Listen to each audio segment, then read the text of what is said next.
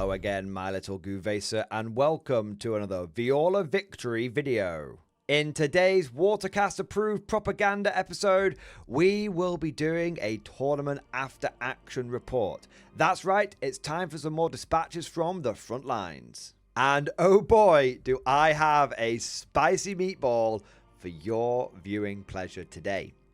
Because not only did I go to a GT, not only was it an absolute shark tank, but I took Tau. But this wasn't any old Tau list.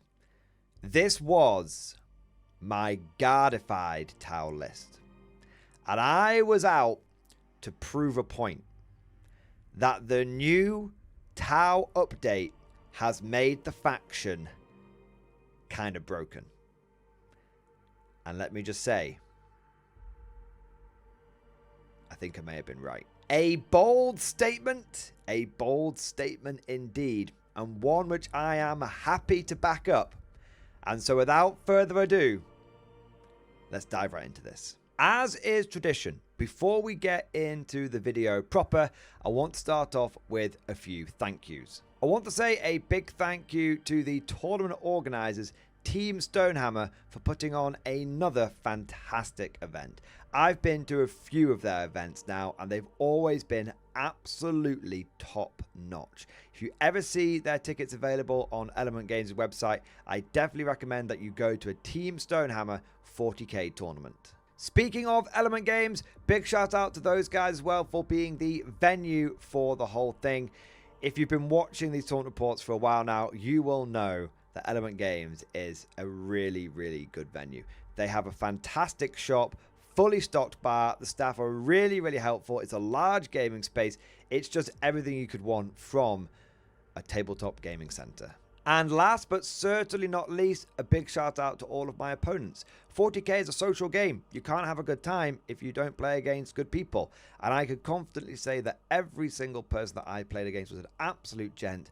And they made this one of the most memorable tournaments that I've been to in a long time. But with all of that said, now let's get into the nitty-gritty detail. And we'll start off with the army list and why I was running Tau. As per usual, I have done a separate video getting into the fine detail of the army list. And you can find a link to that video down in the description below. But for those of you that just want a quick summary of why I was running Tau and what was in my army list, stay tuned. The short story is I was running Tau to put my money where my mouth was. I had spoken some mad shit and gone on a bit of a rant when the Tau update came as part of the balanced data slate. And I'd said that they were kind of powerful now, maybe even a bit broken and overpowered.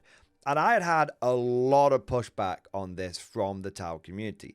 Many of them saying that the update barely made a difference. Some of them saying it made a big difference, but it wasn't really going to do any more than allow them just to keep up. But I wasn't convinced by that. I was sure that this update was a really big deal. And not only that, I said that one of the best ways of running Tau now was actually to run them in a guardified state, essentially running them as Xenos Guard. And if you did that, not only would this update be very, very impactful and very powerful, but also it would actually make Tau a bit broken. So I'd talk the talk, it was time to walk the walk, and this was the list that I came up with to try and prove my point, to try and test my theory. I had one ethereal as my only character in the list. I had 4 units of Fire Warriors, the Strike Team variant, the cheaper 75.1 with the pulse rifles, not the breaches. I had 2 units of Pathfinders in Devilfish. The Pathfinders had the rail rifles, and I also had 2 squads of 6 stealth suits with 2 fusion guns and 4 burst cannons. It's important to point out that all of these units had the marker-like keyword. The Fire Warriors and the Pathfinders come with it natively, and I'd taken marker drones in the stealth suits. This was my infantry corps. Alright, I'll do it properly. It was the infantry corps! Because every day in the corps is like a day on the farm. Every meal a banquet, every paycheck a fortune, every formation a parade. I love the corps! And its job was to do primary game and to do screening. I also wanted to have some damage dealers in there, and so I went for 2 broadsides with rail rifles, smart missile systems, and missile drones. I went for 2 of the Riptides with the Ion Accelerator, missile drones and smart missile systems. And I went for 3 Hammerheads. I had 2 with the rail cannons and I had 1 with the ion cannon.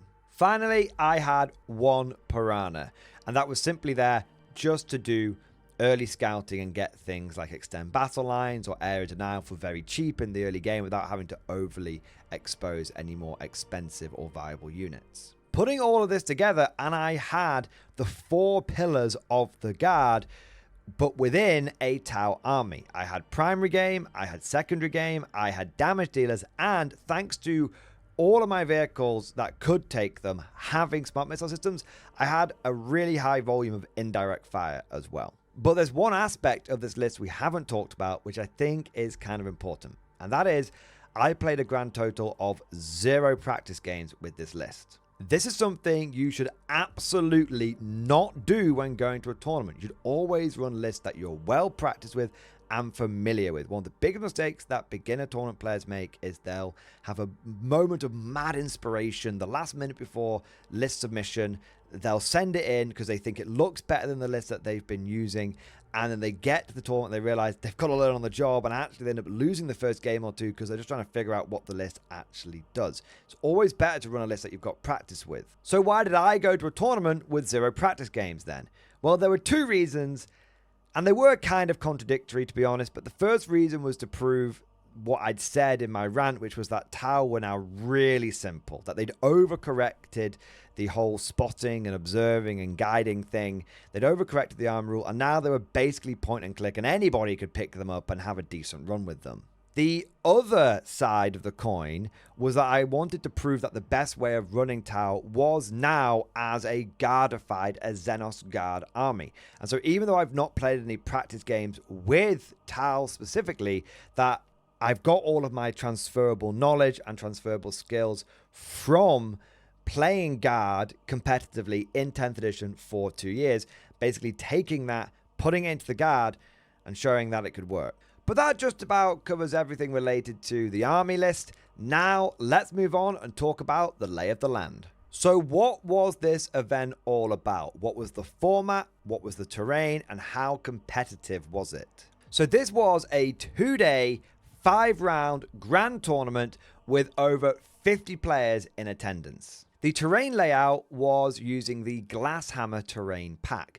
Now, some of you may not have heard of Glasshammer, but it's relatively popular in the UK. I'd say it goes UK TC terrain, then WTC terrain, then Glasshammer, and then sort of GW terrain layouts in terms of popularity. Now, if you've never played on Glasshammer terrain, it's very, very similar to UK TC. In fact, especially after the recent UK TC update to their terrain packs, I would say that they are equals pequals. There's plenty of L-shaped ruins, but there's also a few forests in there, and also there are movement channels and firing lanes, but plenty of places for assault armies to hide and stage up. It's not as dense as WTC terrain, but it's not as open as GW terrain. And there are some surprisingly dense pockets of line of sight blocking terrain. I really like playing on Glasshammer terrain. I think it's very good. I've enjoyed playing on it with my Guard, and I've enjoyed playing on it with my Tau. But the big question is, how competitive was this event? Ho, baby. It was a Shark Tank. Not only are we in the late stage of 10th edition's meta, where everyone is running competitive lists these days. There's no one really going to tournaments who's not been to one before. Everyone is a tournament veteran. Everyone knows what they're doing. So not only is the general player skill very, very high at this point in competitive 40k, but on top of that, there were some phenomenal players in attendance at this event. Tournament winners before, GT winners before, and we've even had players there like Vic VJ from the Fireside podcast, who is just on a totally another level. And we had people like Aidan Smalley, who is the #1 Death Guard player, at least in the UK, maybe even rated in the world. He's very, very good. So when I say the standard of play was very high, you can take that to the bank. But you know what? That's enough pre-game preamble, if you will. I know why you're all here. Let's get into the games. So round 1, I get paired into Mike and his Blood Angels. Now, Mike's a really solid guy. I actually know him through a mutual friend of ours called Chris, and we've never actually had the opportunity to play against each other. But it was nice to see a friendly face across the table for the first game. In his army list, Mike was running a Liberator assault group, and he had Commander Dante, Mephiston, and Lamates, as well as a Blood Angels captain with the Rage-Fueled Warrior enhancement, a Power Fist, and an Inferno pistol. He also had a unit of Assault Intercessors, a unit of Regular Intercessors, 6 Blade Guard Veterans in one big squad, 10 Death Company Marines with jump packs, 2 squads of 3 Inceptors, and he had a big brick of 6 Sanguinary Guard, 5 Scouts, 2 Vindicators, and an Impulsor. Essentially, his list was 3 absolute mega smash squads with the Blade Guard, the Death Company, and the Sanguinary Guard backed up by the 2 Vindicators. That's where his main damage was going to come from. And then we had a bit of accoutrement with things like the Inceptors and the Scouts and the various Intercessors to do objective, screening, and all that kind of good stuff. The mission was Supply Drop and deployment was Tipping Point. Speaking of deployment, I went for a Riptide, the Broadsides, and 2 squads of Fire Warriors on my right flank with my Ethereal sitting on the home objective.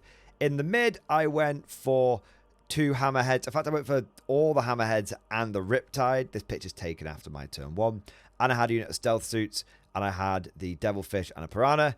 And then over on my left flank, I had another Devilfish, another Stealth team, and I had some more Fire Warriors over here as well. As for the Blood Angels, over on my right flank, they had a Vindicator, the Assault Intercessors led by the Blood Angels captain.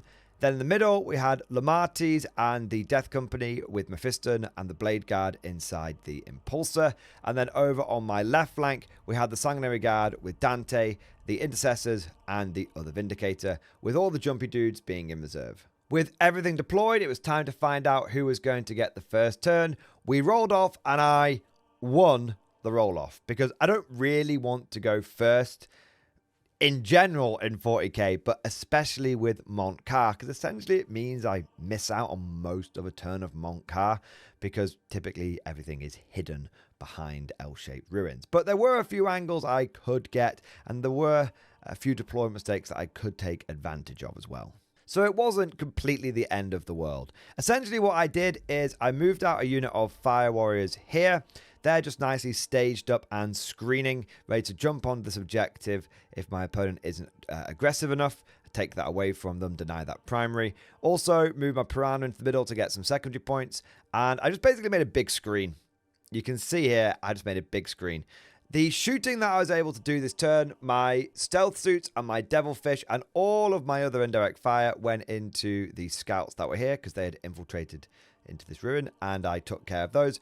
And then I was able to take advantage of a bit of a deployment mistake from Mike's perspective. He had deployed his Vindicator here, but it was just not behind the L-shaped ruin. I think he had expected this ruin to kind of cover him, but you can see he's almost done it over here as well.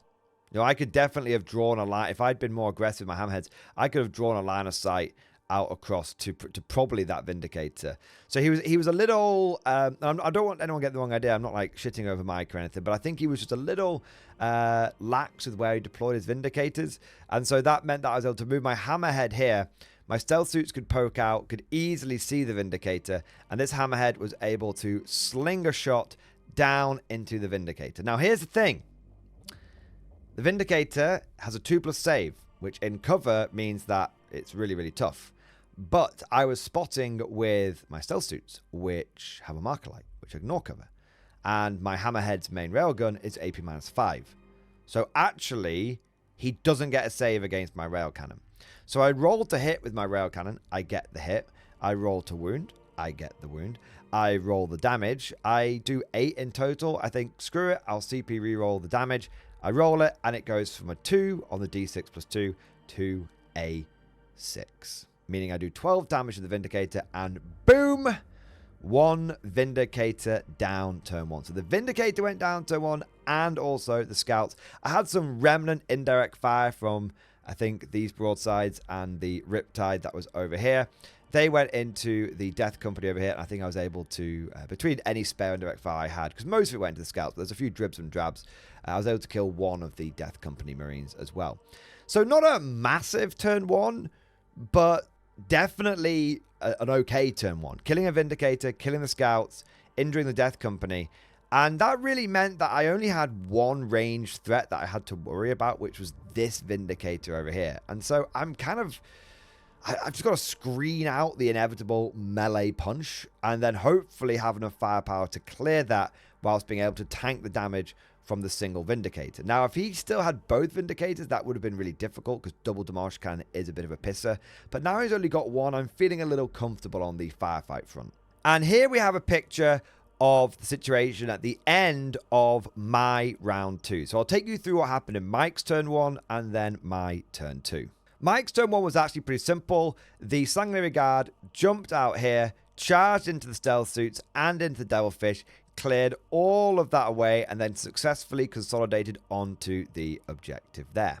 The Death Company came barreling out of the ruin that was here, and they charged the Piranha and the Devilfish containing the other Pathfinders, and the Piranha survived on 1 wound, amazingly, but it was essentially dead, and it got picked up by some spare firepower next turn. So essentially, they killed the Piranha, and they also killed the Devilfish here. So I've been successfully demeched, and I have lost one of my stealth suit squads. Even with them being 6 of them, turns out Sanguinary Guard are just really good there.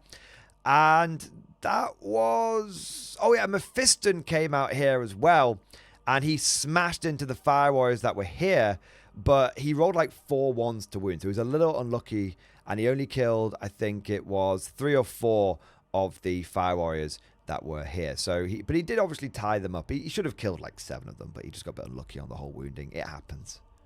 So the Blood Angels, they went for it. Turn 1, they went for it. And it makes sense that they did that. If they hadn't gone as aggressive as they had done, I would have been sitting on 3 objectives, which would have been great for my primary scoring.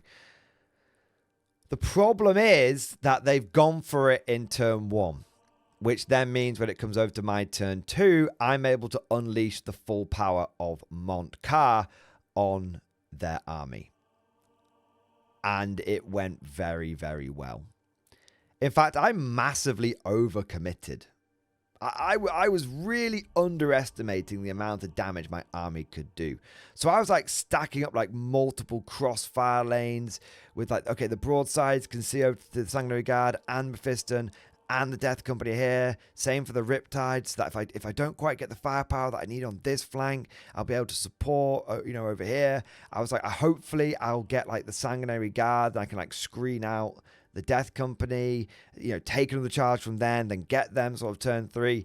It turned out that, no, I just killed everything. Yeah. The Sanguinary Guard, I stayed still with the Pathfinders. I then spotted the Sanguinary Guard with the Pathfinders, which means that the Pathfinders, 2 squads of Fire Warriors, and an Iron Head and a Broadside, a Riptide, I should say, could all see the Sanguinary Guard. Honestly, pretty much all the Sanguinary Guard died to the Pathfinders and the 2 Fire Warrior squads, which I know sounds kind of crazy, but I had Ignore's cover on the Sanguinary Guard from the Marker Light. And then I used that stratagem that lets you put +1 AP on 2 tower units as long as they target that 1 enemy unit. And obviously everything went into the Sanguinary Guard. So I've got my Pathfinders, which they don't have the extra AP, but they've got the rare rifles, and they've stayed still, and they're guided, so they're hitting on 3s there. And then I've got 2 squads of Fire Warriors, all in rapid fire range. There's like 40 shots there, hitting on 3s, winning on 3s, with AP -1, ignoring cover. And so I think 3 or 4 of the Sanguinary Guard just died to like pulse rifles and all the little shitty drones and everything. And then I got a little lucky with my rail rifles, and that meant that I was able to, I think there's 1 Sanguinary Guard and Dante left by the time that the Ion Head went, which is here, the Ion Cannon Hammerhead. And Dante was here, so I could still see him. And so I was just like, okay, well, 2 Seeker Missiles and my Ion Cannon and my Smart Missiles into Dante and his lone buddy, and just killed him. Ion Cannon took out the last guy, took out most of the wounds from Dante, and then 2 Seeker Missiles, I managed to get 1 through and just took off the last couple of wounds from Dante. So I still had a Riptide free, which I had allocated to go into Dante's squad here. So that meant that now this Riptide, all of this stuff here went into the broadsides, another squad of Fire Warriors, another squad of Pathfinders, another stealth suit team, broadsides and Riptide. All of that went into the Death Company. And, well, Death Company are much easier to kill than Sanguinary Guard because they haven't got a 4+ Invulnerable save. They've just got a 3-up, 6-up. And yeah, there's 10 of them, but... Pfft. So Stealth Suits just ignored cover on them, fired all the shit stuff into them first, which heavily trimmed the squad down.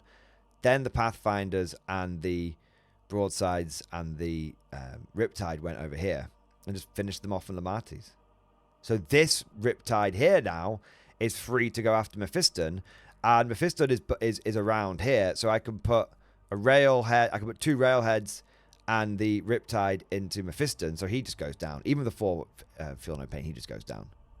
I overcharge the Riptide's main gun, so that means that it's doing Dev Wound. So I get a Dev Wound or 2 through here.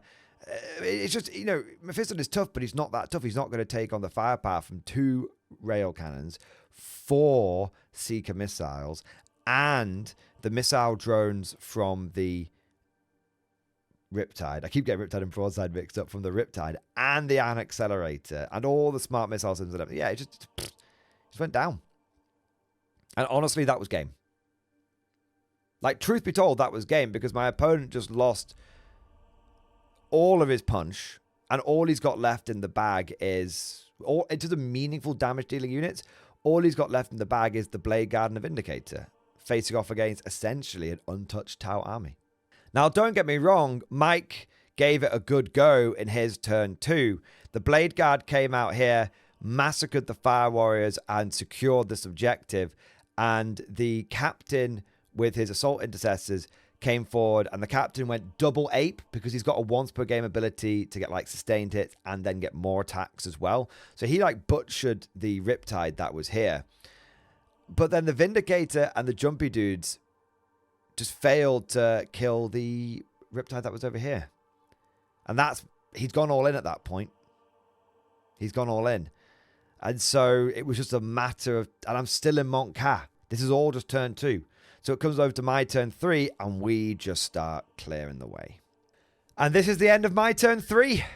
Stayed in combat with the captain down here with the broadsides, shot the guys in the face, cleared out most of them. Just the captain left versus a full-strength broadside. Turn 4, I shoot the captain in the face, and he dies.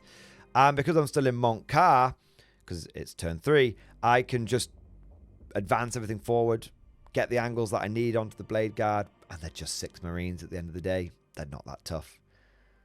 Stealth Suits, Fire Warriors, Riptide, Ion Head, just, yeah, clear all those guys out. I think I have to use like a bunch of indirect fire stuff to get the final, like the final guy, but they go down. My opponent's a little unlucky on his armor saves, but even if a couple of them had survived, it wouldn't have made a big difference. And so the end of my turn 3, just as Montcar switches off, my opponent has got a captain with 3 wounds left and 5 intercessors. But full credit to Mike, he did not go out without a fight, and in his turn 3 he goes for a last forlorn charge with his 5 remaining intercessors, charges into my stealth suits, beats the crap out of them. But then it comes over to my turn 4, I finish off the captain, and of course I can easily kill 5 intercessors. And so by the end of Tau turn 4, halfway through battle round 4, the Blood Angels are tabled. So lessons learned after this first game. Oh my god, my firepower was a lot better than I thought it was. I thought that Tau would have worse firepower than Guard, because I was just so used to Guard having access to things like Take Aim and like 5 Leman Russes, and that's an amazing amount of firepower. But what had struck home in this game, and what had been my sort of first inkling of maybe this list has got a bit more punch than I expected, was the fact that, yeah, I don't have as many guns as I have on like a Leman Russ as I do on like a Hammerhead or like a Riptide. But normally I run sort of 4 to 5 Leman Russes, and here I'm running like 6 damage dealers. And then all my infantry can actually do damage as well, because when you're wounding Marines on like 3s and you can ignore cover with AP-1 on your Fire Warriors, that actually means something as well. So my infantry is actually doing damage. I've got more damage dealers, so my main damage dealers are kind of keeping up. But the really big one was the fact that I could ignore cover. I had ignore cover the whole time, and it made such a difference. Meant that those Sanguinary Guard got kicked down to their invulnerable save. Meant that those Marines that didn't have an invulnerable save were just getting slaughtered on like a 5-up or a 6-up save at best. Ignores cover really boosted the damage of this army, and I had underestimated how much of a big deal it was. So round 1 over and a victory under the belt. It was time to get into round number 2. And this time I was going to be playing against Ross and his 1,000 Sons. So Ross is a fantastic bloke, and he's a really good player, and he's running 1,000 Sons, which are considered to be a very good faction at the moment. So I knew I was going to be in for a tough game. In his list, he was running a Grand Coven with an Infernal Master with the Umbralific Crystal. He had another Infernal Master, then he had Magnus, and he had a Sorcerer with the Eldritch Vortex of Etapa. I'm definitely pronouncing that incorrectly. He also had another Sorcerer on top of that. There were 5 units of Rubric Marines, and most of them had Flamers, but I think there were a couple of squads which did have the bolt guns instead. But pretty much all of them had the Flamers. We also had a couple of Rhinos, and there was a squad of 2 Chaos Spawn, and there were 2 Mutalith Vortex Beasts, and a squad of 6 Zangor Enlightened with the Great Bows, and a squad of 10 Zangors running around on foot. The mission for round 2 was Scorched Earth, and the deployment was Crucible of Battle. For my deployment, I infiltrated a unit of stealth suits into this ruin here. I had my Devilfish here on the line, and it could scout into the ruin as well. It had a unit of Pathfinders inside it. I had my Ironhead, Railhead, one of the Riptides. I'm going to do that all video. Riptides and the Broadsides. 2 units of Fire Warriors here and the Ethereal. And then over on this side, I had infiltrated a unit of stealth teams towards the mid. And then I had essentially the other half of my army with a Devilfish, Railhead, had my Riptide, and I had 2 more squads of Fire Warriors.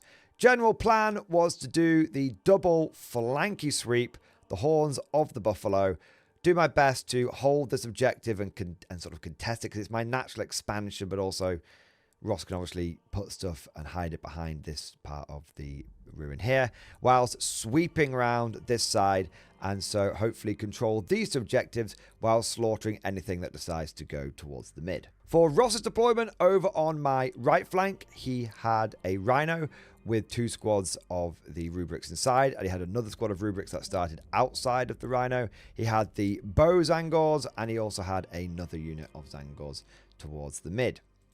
He then had on the mid / my left flank, he had everything else. Magnus, the 2 Mutaliths, and the remaining Rubrics inside this Rhino.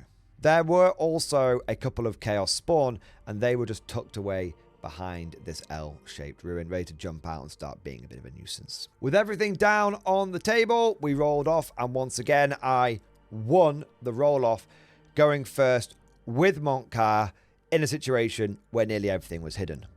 Brilliant. But I didn't let it get me down, because I had plenty of indirect fire in my army. So my general thoughts and feelings and consensus was that I'll just stage up where I want to be, score what secondaries I can score, and indirect fire the shit out of the Zangors. And that's exactly what I did. I loaded this objective up with loads and loads of stuff, so that anything that he jumped out with, like if he went for like a single little like 5-man Rubik squad, it wouldn't be enough. He'd have to commit a bit more if he wanted to take this objective and hold it. And I put my Devilfish over here, and the idea was I'm just tempting him. I'm a little tease, I'm a little floozy. So I've got the Devilfish here, I kind of want him to poke a Mutileth out or something to go after it. If he does, then sure, he might kill the Devilfish, but then I'll spill my Pathfinders out onto the objective and hold it anyway. And then he'll expose something important, which means I'll be able to start jumping on it with, you know, like a Hammerhead coming down here, Hammerhead coming around here, Riptide coming around here, because I'm in Moncat, baby. So I can just like go super fast with my advance and shoot. Now, I fired all of the indirect fire that I could into the Zangors, but I did kind of mess it up a little bit. These two, I think, were just out of range. So I didn't quite have as much as I would have liked, but everything else was able to go into the Zangors. I was able to kill 7 out of the 10 of them. And truth be told, they end up just getting picked up next turn. I can't remember exactly what does it, but the indirect fire ends up polishing them off, and then I start going after the Bogor and other stuff with the indirect fire. I'm just using my indirect fire for exactly what it's meant to do. Go after Zangor, go after things like Spawn, and just make it so that he's got to use more viable rubrics to do any actions, any objectives that he wants to do. So this picture is of the end of my turn 2. So like with the first game, I'll take you through what Ross did in his turn 1 and then what I did in my turn 2. So Ross's response was actually pretty straightforward. He sent a unit of rubrics over here, and he just tagged that objective because he's just got more OC on it than me, because my stealth suits are like 1 OC each, and his rubrics are 2 OC each. So he just takes that objective away from me, and he brings the spawn over to here as well. And he doesn't kill the Devilfish, and the spawn are 1 OC each, and the Devilfish is only 2 OC, so the spawn actually take that objective off me as well. And then he just pokes the very tip of like Magnus's wing out here, and it can see the very bum of my Piranha, and so he's able to kill the Piranha with Magnus. And that's basically it. He doesn't overcommit. He just sends a little bit of stuff out and does his best to deny me my primary points. So going into my turn 2, I have a little think, and I realize that if I engage in a game of pussyfooting, then the Thousand Suns will have the advantage, because obviously they've gone second, so they can get that big end of game scoring. But also my Moncat is going to run out. So I kind of need to force Ross's hand. I need to put so much on these objectives that he can't just send a little ship muncher squad out to take it away. If he wants to stop me from having the objectives, he needs to actually commit. And if he doesn't commit, then I'm going to start scoring lots of primary, which is going to take away his advantage of going second. So my turn 2 is actually very simple. I move the Devilfish and get the Pathfinders out, and I kill the spawn here. I take a unit of Fire Warriors and jump them on the objective, and I take another unit of Fire Warriors and I put them inside the Devilfish. So I've got 2 squads of Fire Warriors and a Devilfish and Pathfinders all around this objective. I also move my Hammerhead up here, and I yeet my shots into the Mutileth that was here, and I'm able to do, I think it's 6 wounds to it, 6 or 7 wounds to it. It's got 7 wounds left. It's got 7 wounds left once I'm done, between the Seeker missiles and the main railgun. And then I bring this brick of Fire Warriors out here, so he has to actually bring something out to kill them, because he can't just like tow onto it. He has to actually kill them. And then there's a unit of rubrics here, and I move my stealth suits out, and he's like, "Are you sure you want to do that? I'm going to Overwatch you." And I was like, "Yeah, I can take it." He was like, "No, Thousand Suns Overwatch is really good." I was like, "Dude, I'm gonna go for it. We die like men." And Ross actually said something at this point which was actually kind of funny. He went, "Yeah, you're not a Tau player, are you?" I was like, "No, man, I'm a guard player. If they die, they die." And I was like, "Dude, if you Overwatch the stealth suits, then the Pathfinders are just going to come out next time, and the Fire Warriors are going to move over to here next time. So I'm going to be able to basically hit you with the units anyway." So well, I didn't say this out loud. I was thinking this to myself. So I was like, "Yeah, if you want to Overwatch stealth suits, go for it." Because I moved the stealth suits out first. Like one of the first thing I did in the turn. So once that Overwatch was eaten up, I could move with impunity everywhere else. So he Overwatches the stealth suits, and I survive. Because it's not a 3-man squad, it's a 6-man squad. And then the stealth suits mark him up, and Pathfinders get out here. Devilfish pokes its bum round so it can see like one of the rubrics that's here. Because it's got the rubrics like stacked up like this, you see. And this one on this end is like a character as well. So what happens is I mark with the stealth suits, then I shoot with the Devilfish first. It's got the smart missile system, and it's got the accelerated burst cannon, and it's got the 2 seeker missiles. Thanks to the stealth suits, it's rerolling ones to hit, rerolling ones to wound. So it actually does a phenomenal job. And then the fire warriors over here can shoot next because the sorcerer's just like here. So they do a great job. And then the pathfinders go in and just finish the rest of the squad off.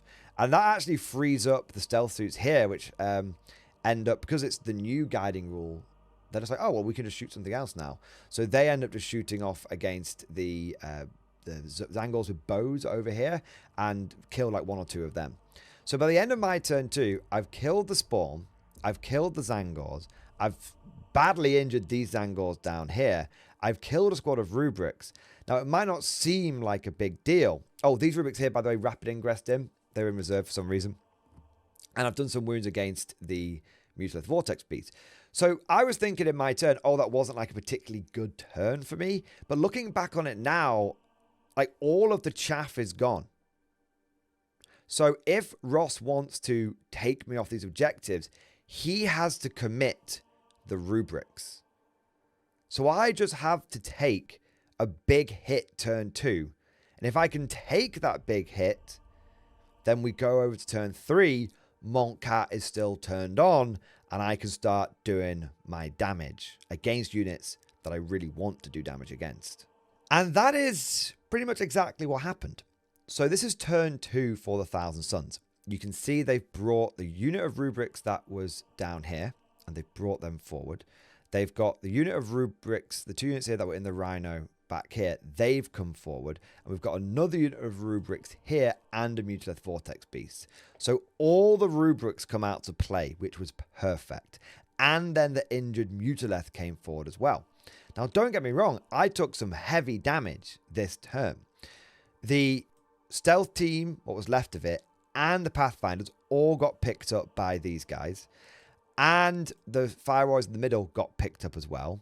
The Fire Warriors over here took some damage, and I'm not sure. I think these guys fired against... I'm not sure what these guys fired against. But I lost most of the Pathfinders and the Fire Warriors here. The Devilfish survived. The Hammerhead survived on like, oh, that was it. That was it. So some of the firepower from these guys went into the Fire Warriors, but they were able to take it because the mass one to wound, which is great. Thank you, Guardian Drone. But a lot of the long-range damage actually went into my Hammerhead over here.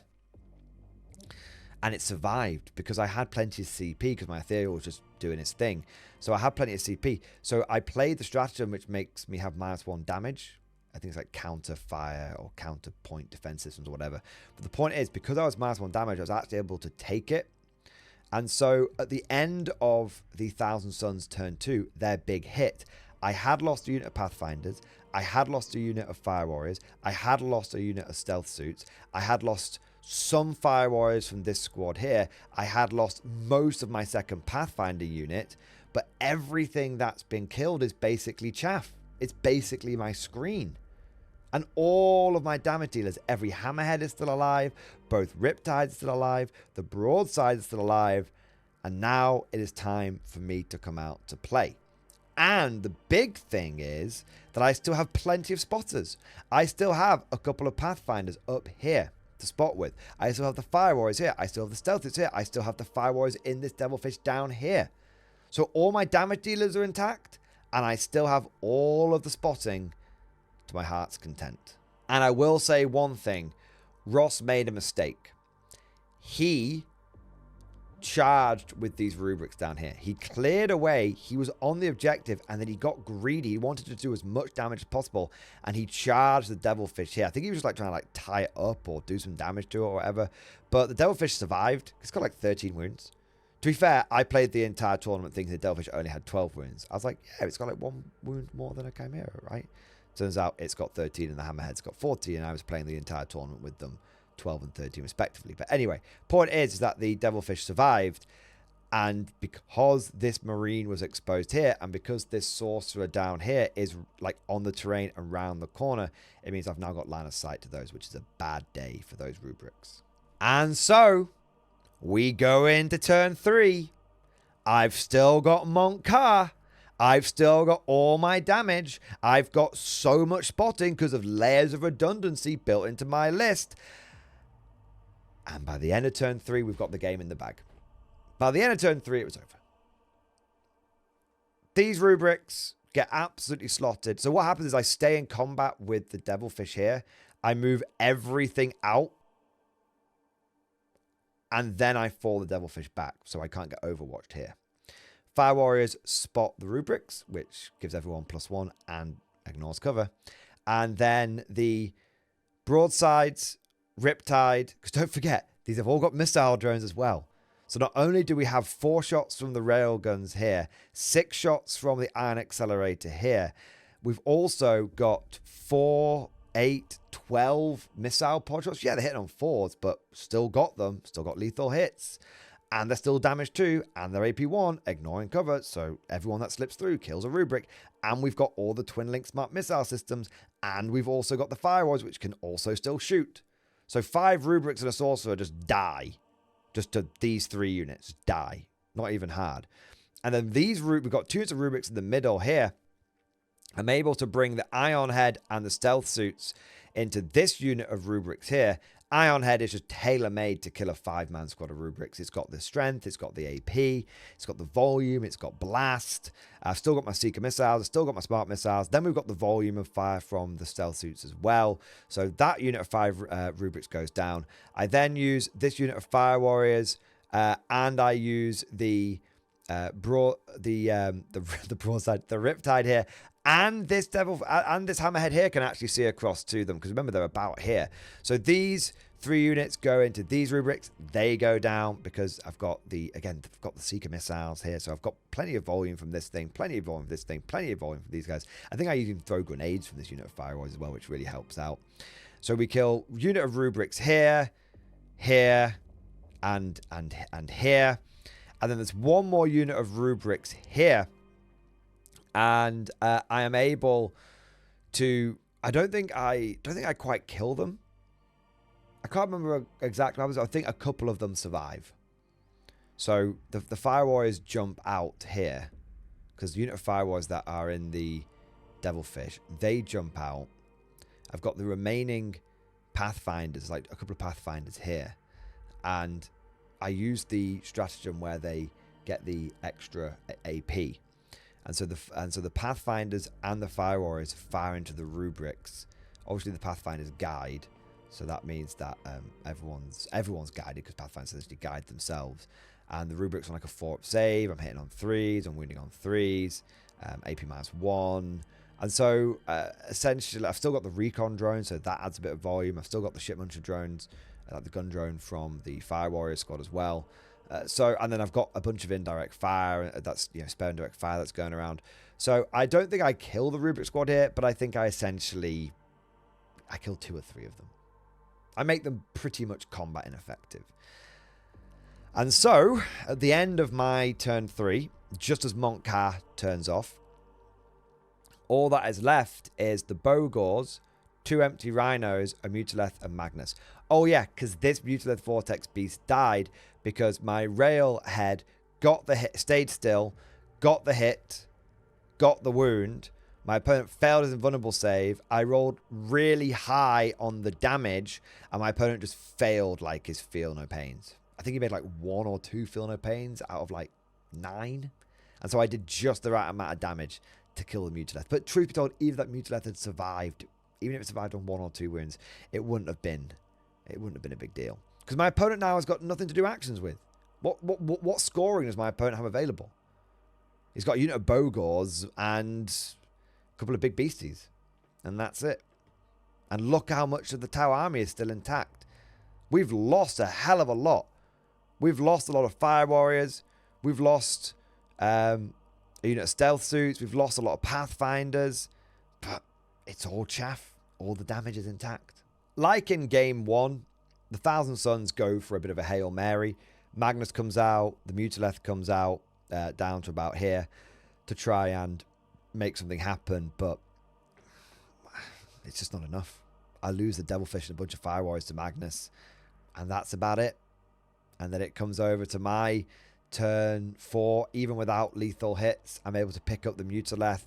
This picture's taken not quite all the way through my turn 4. I think it's about halfway through my shooting phase. I pick up the Mutileth, and I'm able to pick up the remaining Bogors. And so going into turn 4 for Thousand Suns, there's a couple of Rhinos and Magnus. We quickly play out the remaining turn 4 for the Thousand Suns and battle round 5 for both sides. And the end result is all that the Thousand Suns have left by the end of the game is Magnus standing proud. I don't target Magnus at all because I'm so conscious of like how tough he is and I don't have my lethal hits anymore. But with the benefit of hindsight and a bit of foreshadowing to one of my other games, I reckon I probably could have gone for Magnus. I just didn't even bother targeting him, but I reckon I probably could have gone for him, knowing what I know now. So the final score from Game 2 was 84 points to the Tau and 67 points to the Thousand Suns. I realised I never said what the score from Game 1 was. It was 74 points to the Tau, 25 points to the Blood Angels. But what were the lessons learned from Game number 2? I think the big one was I had that ability not only to like take a hit, because in Game 1 I'd learned that, I can screen out, take the hit, and then fight back. The big lesson from Game 2 that it started to like sort of coalesce in my brain is I had the ability to force my opponent's hand. I've got so much redundancy in this list. I can afford to do a big mass, almost like sacrificial wave onto the objectives. And that puts my opponent into a dilemma because they've got to choose to either come out and try and take that away from me, at which point they deny me the primary, but then they expose themselves into the elite army. That's a very risky thing. And the second thing is that if they don't go out, then they give me a big primary score. And especially if I've gone first, it kind of takes away their advantage of going second. So just the combination of screening and objective control really allows me to be kind of a bully on the battlefield. I'm gonna play the game I'm gonna play, and you kind of have to react to what I'm doing. I think another thing here that was really starting to become apparent was the level of firepower that I had. Just picking up rubrics like they were nothing. Yeah, they've got 2 wounds. Yeah, they've got a 3-up save. Yeah, they've got a 5 unputtable save. Doesn't matter. Just the ability to just pick them up like they were nothing. And I was finally starting to really almost respect my own firepower. And this game, I was a little better at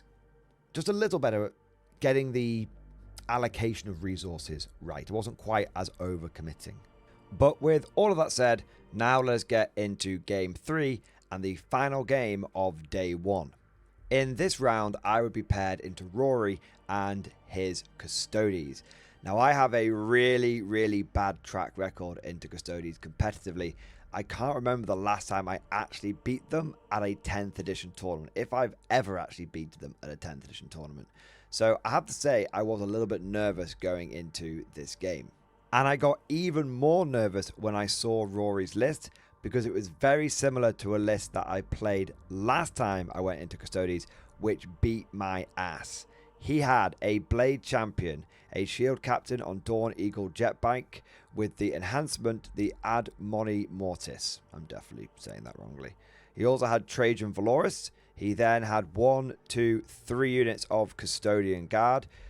There were 3 with Spears and 1 with the Vexilla and the Shield.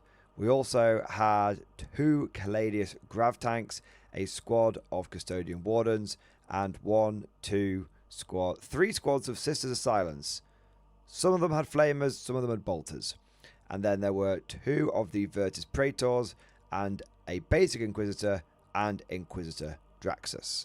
The mission for round 3 was Terraform, which, looking back on it now, might have given me a bit of an advantage, because I can terraform with one of my Shipmuncher units. But once I've taken out the Sisters of Silence, if Rory wants to terraform, he's going to need to do it with an expensive unit of Custodian Guard. Now, deployment was very similar to last game. It was Crucible of Battle, and I basically did the same thing again with just a couple of minor tweaks. So I had my Pathfinders in a Devilfish here, which then turn 1 scouted, well, just before turn 1 scouted to here. And then I had an Ironhead and a Riptide and the broadsides here with a couple of squads of Fire Warriors. The main change that I went for, based on some sort of lesson learned from last game, is I had my Stealth Suits mass infiltrate up here, and I went for another Railhead this way instead. I felt like that was a bit more effective because A, it meant that I had double Railhead here, which can actually see all the way across. So if he gets a bit Billy Big Bollocks with his Caladius tank, I can actually go for him. Also, my Railheads outrange his big guns on his Caladius tanks, so he could move out but then get hit by Railheads. So I had this sort of fire lane locked down here. Also, I'd gone for more Stealth Suits up here because after game 2, I'd actually sort of half got chatting to Vic VJ. He'd been talking to Ross, my opponent, my Thousand Suns opponent, and then I'd sort of been, I was just sort of in the local area, and I heard him say, to Ross, like, he should have like pushed more stuff down this way. So I thought, well, you know what? I'll take that lesson and I'll use it myself, and I'll try pushing more stuff this way and see if that helps me. As for the Custodes deployment, Rory went for a Caladius tank and 2 squads of his Custodian Guard and a squad of Sisters down on this flank. Both of these Custodian Guard squads had attached characters. This one here had Draxus, this one here had the regular Inquisitor. The vast majority of the rest of the Custodes army went on the other flank with the other Caladius tank, and we had the Wardens, and we had another unit of the Ship Munchers of Silence. The last Ship Munchers of Silence unit was the one with Flamers, and they went into the middle of the board, ready to start going on to objectives. With everything down on the board, it was just time to find out who was going to go first. And amazingly, I actually got to go second for once. Hooray! I'd get to use Montcar for 3 turns. And then Rory had his first turn, and it was really, really quick. And he didn't expose very much. So I still didn't really get to use Montcar turn 1. Ah! Well, you can't have everything. Essentially, the Custodes turn 1 consisted of a unit of Custodian Guard going here to here. That was it. Rory didn't want to bring a unit of guard down here because obviously I have got units that can jump out and start getting him, and that's not that well protected down here. I could bring my Fire Warriors out, I could bring my Delphish out, I could bring my Pathfinders out. I've got angles down here that I could potentially exploit. So he decided to just play it safe with this unit Custodian Guard here and advance this one over to here. This kind of meant that he was actually staged up on both of these objectives, which isn't a bad thing at all, just getting himself into position. He also went for an advance with his Wardens that are behind this wall, but he only rolled a 1, and he decided he didn't want to like stumble out like 7 inches to here, so he decided to stay behind the L-shaped ruin here. One thing I forgot to mention, deployment, Trajan and a unit of Custodian Guard were in reserve. In response, my turn 1 was pretty straightforward. I knew that I had to carve out every asset that I could, whether it's a squad of Sisters Silence or a Custodian Guard unit. I have the ability to trade, and so if I have to lose one of my squads but to basically combat an effective one of his squads or to even destroy one of his squads, I am absolutely ready to do that. So all of my indirect fire that I had available went into this unit of Sisters Silence here, and I was actually able to kill them all. And then I actually had a bit of indirect fire left over, I think, from this Devilfish and these broadsides, and I was able to kill quite a few of the Sisters of Silence from down here as well, but I didn't quite wipe them out. I know I finished them off in my turn 2. I then took a unit of Pathfinders, jumped them out, and was able to get an angle on the Custodian Guard unit that was here, and between throwing grenades and then guiding myself and then having the stratagem for extra AP, I was actually, so I'm ignoring cover with extra AP, I was actually able to kill 2 of the 3 of the Custodian Guard from here. Grenades got 1, all the mass pulse rifle shots got most of another one. I think the underslung grenade launcher on the sergeant, got finished the second one off, and then the last guy went down because I fired my rail rifles, and I think he either failed a 4-up save or I got a 6 to wound, and I was able to just dev wound another one down. So essentially, at the end of my turn 1, I have neutralized 2 squads of Sisters of Silence, and I have killed 60% of one of these custodian squads, because there's 4 custodians and then there is 1 inquisitor. I was really, really, really happy with that. Killing the Sisters of Silence alone would have been enough for me, but the fact that Rory made this move over here just meant, look, I'm definitely happy to lose the squad of Pathfinders if it means I could even take 1 or 2 of these custodians out. And the fact that I was able to get 3 was a big deal. One more thing about my turn 1, I terraformed all 3 objectives. That puts a huge amount of pressure on Rory, because now he's got to decide, does he come out and unterraform them? Does he come out and just like push me off them? Or does he let me have them, giving me a big primary game lead, but protecting his forces whilst Montcar is still active? Custodes turn 2, and Rory goes for a middle ground. He pushes Drax's squad out here, but this turn he successfully got off the lone op 18-inch thing. He didn't get it the first turn. So that did definitely reduce the likelihood of them getting damaged by my forces. He also used their firepower to kill the Pathfinders that were here. So he did clear these Pathfinders and he did secure subjective. Fair enough. The remaining Custodian Guard and Inquisitor just stayed behind this ruin here. They're not wanting to expose themselves. There's no point in them jumping out into that objective just to die. The Wardens actually moved through the wall this time, and they put their firepower into the Piranha and they were able to kill it. I think they might have also had a little bit of fire support from the Caladius tank that's like poking its bum round here as well and shooting into it. But either way, the Piranha was safe. It was destroyed, I should say, and the Caladius was mostly protected from any return fire. I could only really get it if I moved up here and then shot across. And then we get to my turn 2. Oh boy. Look at these 2 pictures. End of Custodes' turn 2. End of my turn 2. Look how aggressive I have been. Look, I decide that fortune favors the bold. Now is a time for boldness. I want to get rid of as many Custodes units as possible, as quick as possible. And I especially want to go after those Wardens, because I know they have their ones per game for Feel No Pain. And I need them to pop that as soon as possible, because if they do, then it means that I don't have to deal with it at a critical moment later on. Right now, the only thing in front of me on this flank is those Wardens. But if Trajan comes down, the bikes come in, all sorts of nasty shit starts happening, this flank is going to get messy. And at the worst possible time, I know those Wardens are going to want to pop that 4-up. So I need to draw that out ASAP. So against the Wardens, I throw forward a unit of stealth teams. I have a unit of Pathfinders, and I have also got my Riptide down here. I also have the broadsides down here, which have got the range up to these Wardens, especially with their big guns. As for the remaining Custodes in here, it's only 1 Custodian Guard and 1 Inquisitor. I boost the unit of stealth suits forward. I can't remember if I use the stratagem for the auto advance 6 or if I just get a 6 to advance, but I boost them forward. Slight mistake, I do have 2 of these guys in the ruin here. Benefit of hindsight, I should have just had them here. That would have protected me from the clapback from these Custodian Guard down here. But it didn't make a difference in the end. But it's just something to be aware of. I just sort of boosted them forward. I got a bit carried away. I should have just had them behind the ruin because the Custodes and the Inquisitor were in the ruin. I also brought out this unit of Fire Warriors here, and I sat them on the objective with just enough OC to take it off the Custodes, and then I had the rest of them just round this corner here so they could see the Inquisitor.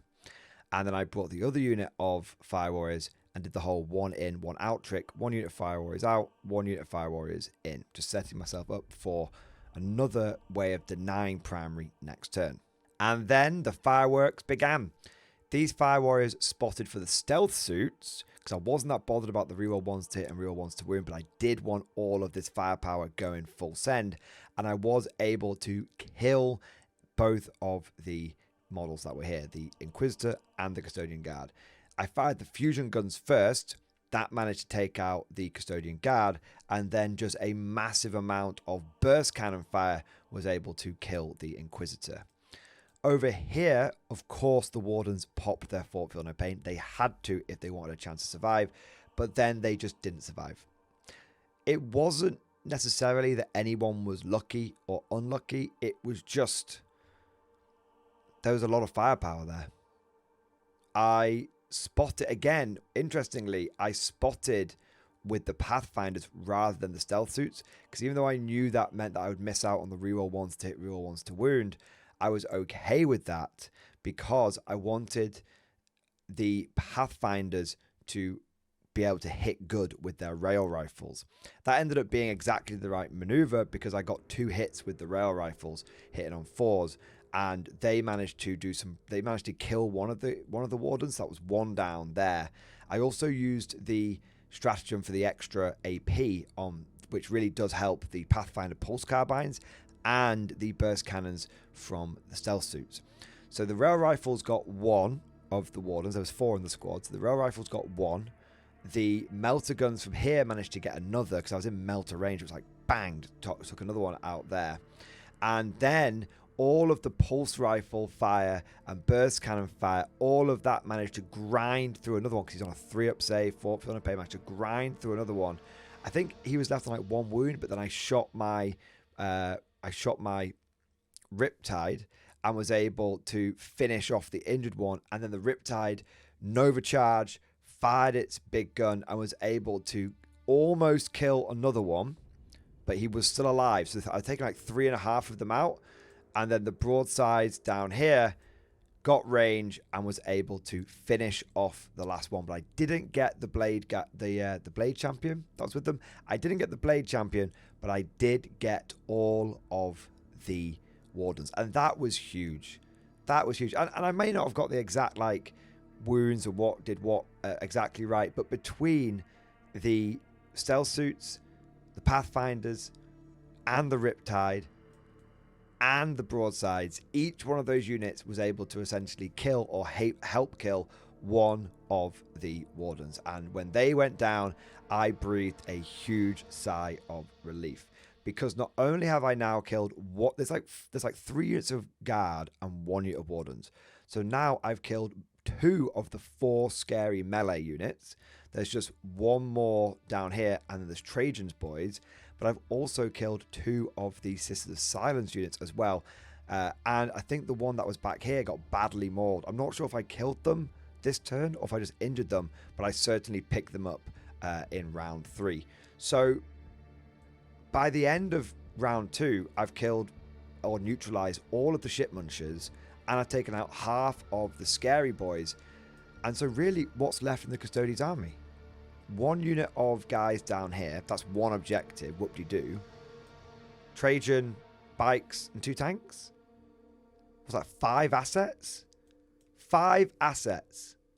And the only thing they really have to munch on is my screening units, of which I still have another unit in here, and another unit in here, and another unit back here.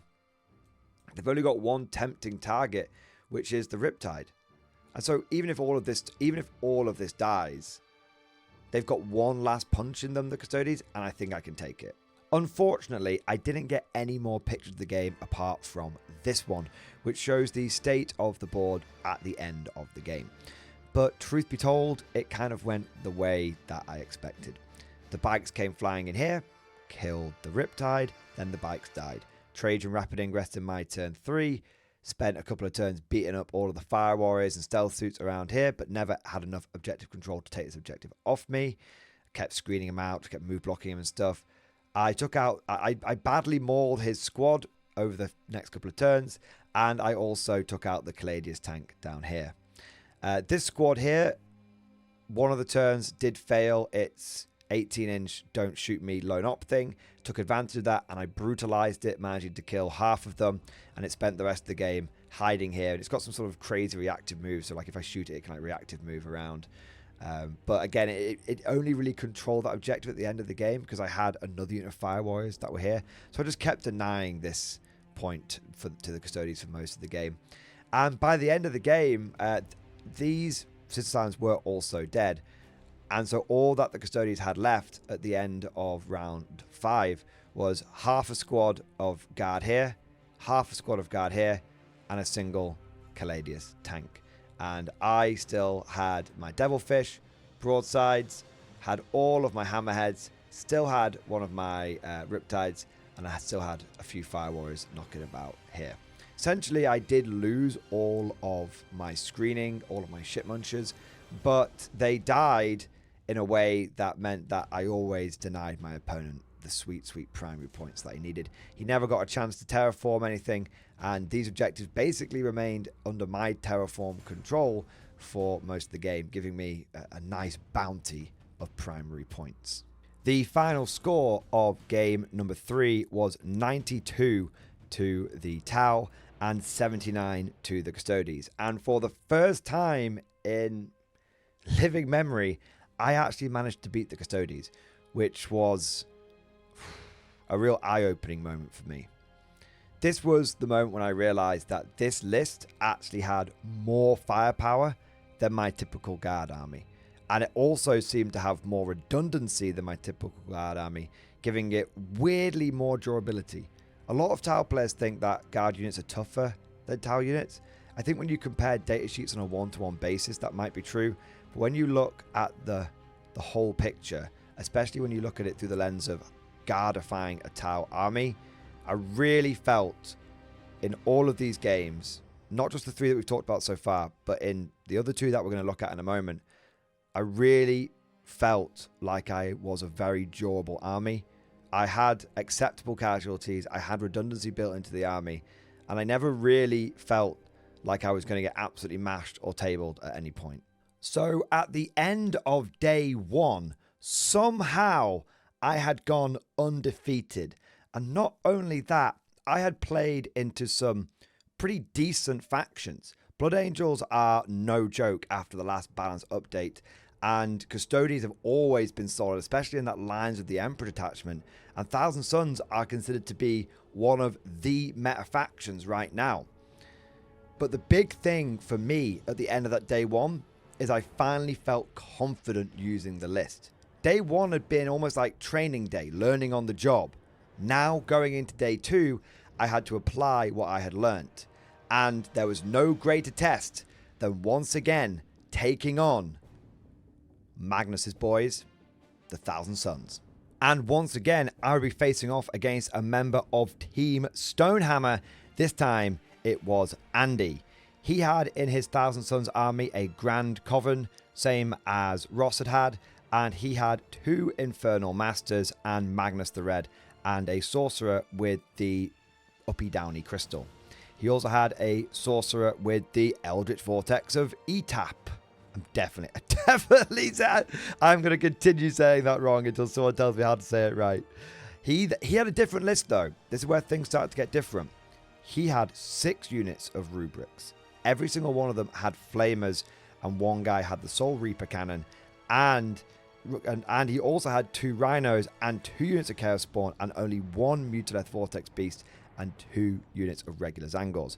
So the main differences here is only 1 Mutaleth versus 2, and more rubrics and more spawn and a slightly different makeup on the Zangor. The mission for this round was Linchpin, and the deployment was Sweeping Engagement. And I was very happy to have Sweeping Engagement because it meant that basically all of my indirect fire was in range all of the time. In some of my other games, it had been a little tricky. The 30-inch range had been like just enough, but sometimes it had been not quite enough. But now I'm basically on a pseudo Dawn of War style deployment, and wherever I need my indirect fire to hit, I'm going to be able to bring it to bear. For deployment, I went for a Riptide, the broadsides, stealth suits, and fire warriors on this flank. Towards the middle, I had my 2 Devilfish with Pathfinders in and an infiltrator unit of stealth suits up here. I also had my Piranha, and then over on the left, I had everything else. 3 Hammerheads and the Riptide, and a unit of Fire Warriors, and another 2 units of Fire Warriors here. Now, one of the big things in this game was I actually had a plan. In the first 3 games, I spent most time just figuring out what my army did and having a general notion that I was going to do a bit of a flanky sweep or focus on sort of one area if possible. I had a general game plan of, you know, move things out, force them to react, that kind of thing. But in this one, I had a proper plan. So the idea was I was just going to contest this objective, and I'd initially deploy a lot of stuff around here, but the idea is it was going to go like this. It was going to do a big flanky sweep, embracing the way of Salty Simon. We were going for a hard push down here, shooting anything that emerged, and then taking the enemy's objective away from them. As for the Thousand Suns deployment, we had a Rhino with 2 units of rubrics in there. We had a unit of rubrics and another 2 units of rubrics in the Rhino here. Zangors, Mutileth, Magnus, Spawn. And then we had the last unit of rubrics, the last unit of Spawn, and the last unit of Zangors on this flank. So it kind of looked like my opponent was going to do the same thing, because he only had a little bit holding this objective, and he had a lot going down my flank. So we were definitely going to like clash on that right flank. With everything down, it was time to see who was going to get the first turn, and as is tradition, I won the roll-off, and I got the first turn. And immediately it became apparent to me that this deployment and this map was a little bit tricky, because I was going to struggle to get anything through this gap here. And I sort of measured it out, and I was like, I really can't get to this Rhino. And all he's going to do is jump out and shoot me. It's going to be a nightmare. And I really struggled to get the angle down here as well. Like, I've got a lot of vehicles in this list, and it's very restrictive, the movement jars. It might not seem like it, but the movement jars are very restrictive. There's places you can move, but there's no way you can really move and see stuff to shoot. So, to this end, I decided to go for a little tempteroo. I moved both my Devilfishes over here. I towed this one onto the objective here. I staged everything up around here the way I wanted it to. And I moved my Piranha into the middle for a secondary objective. And then I fired all of my indirect fire into a unit of Zangors and killed it. Now, it turns out that I was particularly shit at taking photos of this game, so it's mostly going to be a descriptor. But going over to Thousand Suns turn 1, they jump a unit of rubrics out, shoot me, and then they do this like cabal power where they can move again and they get back inside the Rhino. And I started thinking to myself, oh dear, that's a really big problem. Because I was kind of banking on him coming out here to try and stop me from getting the objective and all that kind of stuff. But if he could just jump in and out constantly, I need to rethink my plan. And then he brought Magnus round to here, and he went after this Devilfish. And between the Thousand Suns and the Magnus, he was able to kill his Devilfish, spilling the Pathfinders out onto the objective there. He also tried to kill the Piranha, but he failed to kill it. It survived on like 1 wound. Just plucky little Piranha. He's a plucky little boy. Yeah, he was all right. Now, in response to the jumpy in and outy bullshit and the vile and unprovoked destruction of my ambassadorial Devilfish, I killed Magnus. I killed Magnus big time. So what happened is Magnus had poked his wing out here to kill the first Devilfish. And what I did is I auto-advanced one of my hammerheads back this way, and then I rolled a 6 on my advance with the other hammerhead, and both were able to zoom back, poke their bums around the corner's ruin, and see Magnus who's poking his wingtip out here. I then bring the broadsides here and the riptide here, so I've got all this big shit lined up on Magnus. And then I stay still with this unit of Pathfinders, and I take the other unit of Pathfinders and I disembark them from the Devilfish. And I boost my stealth suits forward, and I mark up Magnus with the stealth suits. Now, Magnus had taken 3 wounds. One of his spells had gone badly, and he had taken 3 mortal wounds from that. So I had 13 wounds to get through. I started by firing these railguns here, which are hitting on 3s, rerolling 1s to hit, rerolling 1s to wound, with lethal hits. And I also spend a CP. I spend 2 command points. One for giving both of these squads extra AP, both the Pathfinder squads extra AP, and also one for combat disembarkation, which allows the Pathfinder squad that's jumped out to get full rerolls to wound. Now, between these 2 units of Pathfinders, we take 8 wounds off Magnus. Between these 6 rail rifles, some hitting on 3s, some hitting on 4s, all with lethals, all with reroll 1s to hit, all with reroll 1s to wound. I get a bit lucky on some dev wounds here and there, but then I've also got all of the pulse carbines, and I've got the recon drones, and I've got the gun drones, and I've got the fusion grenade launchers. So between all of these guys, I'm able to take off 8 wounds from Magnus, which isn't actually, it doesn't actually sound that much thinking back. At the time I was like, oh my god, I've got him down to like 5 wounds. But I'm ignoring cover. He's normally on 2-up save. I'm AP -1 against him. So I'm ignoring cover, AP -1, lethal hits. A lot of my weapons are getting full rolls to wound. I got him down to 5 wounds. And then I fire my stealth team. I'm like, well, he's almost dead. I might as well fire the stealth team next anyway. Just use all of the little bits to finish him off. And I fire both fusion guns. Now, bear in mind, I'm not guided. Okay, I'm not guided on these fusion guns. I get 1 hit. And then I get the wound. I need 5 to wound, and I get the wound. My opponent rolls his invulnerable save and fails it. And I'm like, do you want to blank it? Because he's still got this. He's got 1 command point for a blank. And he goes, are you in melter range? I'm like, no. He's like, what else have you got to fire? And I said, bro, I've literally not fired any of the hammerheads or the riptide or the broadsides. And he went, oh, nah, I'll let it through then. I roll the dice and I get a 5. Fusion gun, unguided fusion gun, just pops Magnus and kills him. I had so massively overcommitted to killing him. I still had ion cannon, ion accelerator, rail guns, heavy rail guns, missile drones, seeker missiles. I had so much going into him. But I didn't need it. In the end, I was able to kill Magnus with 2 Pathfinder squads and a stealth suit team.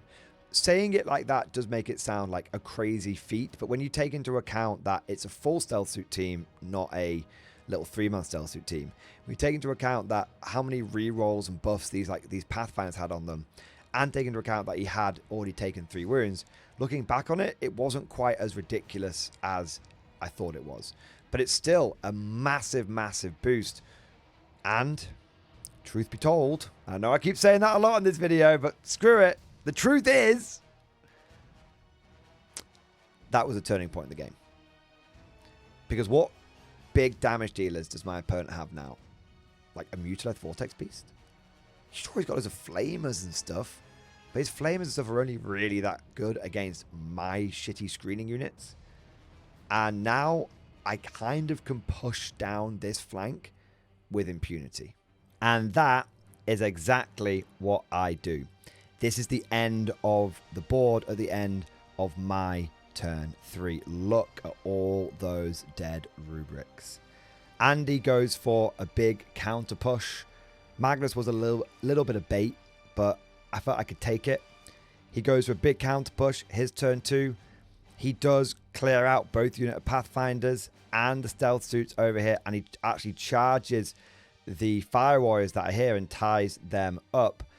But that's all right by me, because he brings both units of rubrics out here to do that.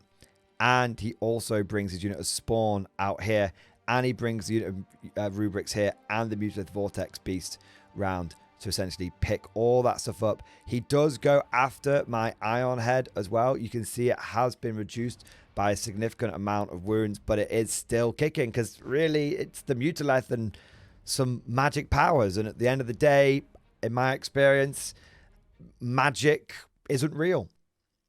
And if you want any spell, I have one go-to spell, which is I Cast Gun. And so I take his punch on the chin, as I have done in 3 games up until this point, he's had to commit. Because if he doesn't commit, I'm going to be on so many objectives. I'm going to be on so much primary. But I take it. And it comes back round to my turn 3. Montcar is still turned on. You guys know where this is going. I know where this is going. Andy kind of knows where it's going. But there's nothing he can do about it. Nothing he can do about it if you just want to give up big scores. And so I move out with my Fire Warriors here. He does try and overwatch them. But I move out with these Fire Warriors here so I can do some spotting down here. I've got my Devilfish, which can do some spotting. There's these rubrics down here aren't particularly well covered. And what I end up doing is I kill both of these units of rubrics here. And I even have enough spare firepower from these broadsides to kill the rubrics up here. The rubrics up here, plus all of my indirect fire go into them. Just chipping away. They're only on a 3-up save. And I am able to kill 3 squads of rubrics between the firepower here and the spotting here and the Devilfish spotting here. I'm able to kill 3 squads of rubrics. I have to say the broadsides themselves pretty much killed this squad of rubrics back here. There's like 5 of them. They didn't have like a sorcerer with them. And I'm hitting on 4s and 5s and a lot of stuff, but there's just so many shots coming out of this unit. So they managed to kill sort of like 3 of them. And then all of the other little guns go in there. And I think there's maybe like 1 or 2 that survive, but they're basically combat ineffective. So we've lost the unit down here. Combat ineffective the unit here. All the Zangors are dead at this point. And there's 2 units of rubrics left, I believe. And I actually also managed to kill the rhino that was here, because I move out with the hammerhead, poke my gun round, I can see the rhino, and I just slot it. Easy peasy. It's a rhino versus a hammerhead. Even without being guided, I've got like +1 to hit because I'm shooting an enemy vehicle. And I've still got my inbuilt reroll to do damage. So just bang, bang, no problems. Take that rhino out, no dramas whatsoever. And so at the end of... And then Andy does punch back. He does punch back. His unit here finishes off like the Fire Warriors, like down here. The Spawn come out, finish off the Piranha here. But that's it. Like, what's he got left at the end of my turn 3? A couple of units of Spawn. A couple of units of Rubrics. And a Mutilith. It's nothing. It's nothing. And even though we go into my turn 4 and Montcar switches off, we go into mop-up mode. There's nothing that can stop us here. And I just push everything forward. I mark up the Mutilith. All of this shit goes into the Mutilith Vortex Beast. Takes that thing out. He tries... I take the Mutilith Vortex Beast out there. My indirect fire just starts chipping away bits left, right, and centre. But by the end of round 4, all of this stuff is dead as well. And there's just a couple of units of rubrics just essentially just hiding. Here you go. Here's a picture of the situation with my turn 4. I actually forgot I still had a second unit of stealth suits available. There was the one squad that was in here. So I had actually a mistake that I said from what I said earlier. Apologies for that. I did actually mark up all 3 squads of rubrics. That's how the broadsides were able to kill them so easily. Because I had the Fire Warriors mark 1 squad, the Devilfish mark another, and then these guys were able to mark this one. And that's how the broadsides were able to kill them. Yeah. At end of round 5, this is the only thing that Andy's got left. A single unit. A single unit of rubrics just hiding on the flank on the far left. Just mopping up the last little bits and bobs. And that's the final picture of the game. Round 5 was just cleaning up the little bits. And by the end of the game, we had secured a very convincing victory. Final score was 98 to 52. And I think the big reason for that score here was twofold. Firstly, I now knew what my army did in general. And secondly, I knew what my army did specifically into Thousand Suns because I'd already played this matchup. I actually found this matchup a little bit easier than the last one because Andy only had 2 damage dealers that I was worried about. the Mutileth, and Magnus. And Mutileths are very unreliable. And once Magnus had gone down, I realized that I had the decisive advantage. I could push forward, I could be ballsy, I could be aggressive, and that's exactly what I did. I put the pressure on, and unfortunately, I just think I just have more stuff. That's the biggie. Every single game we've seen this now, I've just got more stuff. And so I can be ballsy, I can be aggressive, I can take those casualties, because I know that if you come out to fight me, you have to eat shit. You have to eat my shit munchers, and then I get to eat your good stuff. So here we are. Round 5. And we have gone 4 games undefeated. And we're in a position to not only podium, but to maybe even take the whole thing. There were 4 people in round 5 that were undefeated. Myself, Aiden Smalley with Death Guard, Vic VJ with Eldar, and Marcus with Knights. How about that for a final round showdown? When I say that it was a Shark Tank, and when I say there were a lot of good players and good armies there, you can take that to the bank. And the final round pairing, out of those 3 of the players that I could go into, I get matched into Aiden Smalley and his Death Guard. For those of you that don't know, Death Guard are one of, if not the most powerful armies in the meta right now. I've played against them once before with their new codex, and it took every iota of my strength and my being to squeak out a draw against them. And not only that, but this time I'm playing against Aiden. And shout out to Aiden. He runs the he's part of the Disgustingly Resilient podcast channel. Definitely check him out. But he's also the #1 ranked Death Guard player. I'm not sure if it's in the world or if it's in the UK, but it's pretty high up one way or another. This was going to be a very hard game against a very hard faction and a very good player. Now, in Aiden's list, he was running the Death Lord's Chosen, which a lot of people have dismissed as a meme list, but a bit like me, Aiden likes to run something that's a bit different and prove that, well, sometimes the internet isn't always right about things at first glance. And you might say he was running a meme list, but you don't run a meme list and go 4 games in a row undefeated and absolutely smash those guys. He had like several 100-0 wins under his belt. Well, not 100-0, but 100-point wins.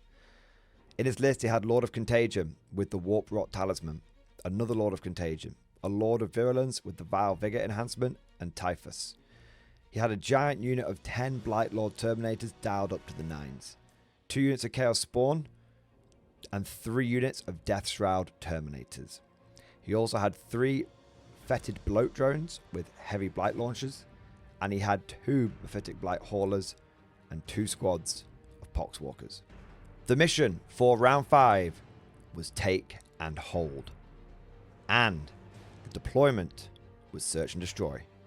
For my deployment, I put a couple unit Fire Warriors in this building here, had a Devilfish squad here, a couple of Hammerheads, Broadsides and Railhead and Riptide in the middle, and also had a Riptide, Devilfish, and a couple of Fire Warrior squads in here as well. This picture's taken after my turn 1.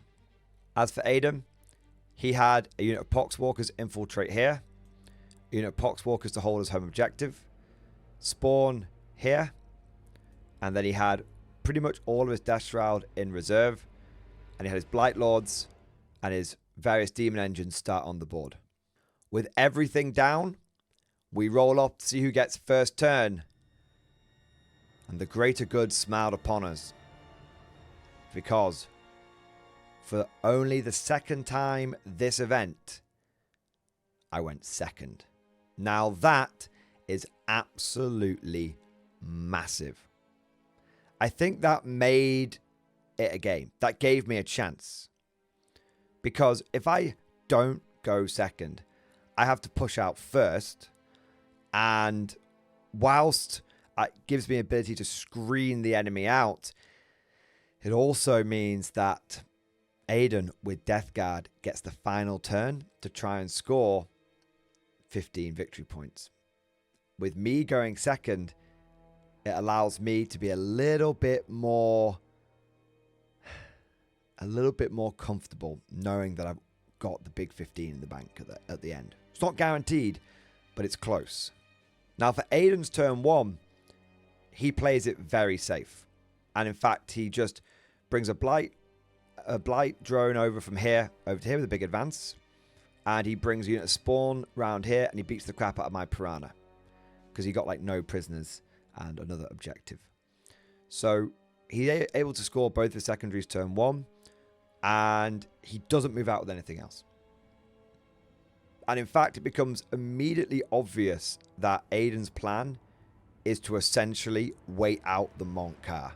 And he is the first person in the entire event which does this.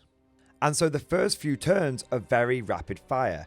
My turn 1 consists of me bringing a unit of Fire Warriors out like this to just push back the inevitable Death Shroudness. And what I also do is I set up a series of overlapping kill zones. So I have 2 Riptides and I have my Devilfish with Fire Warriors in here.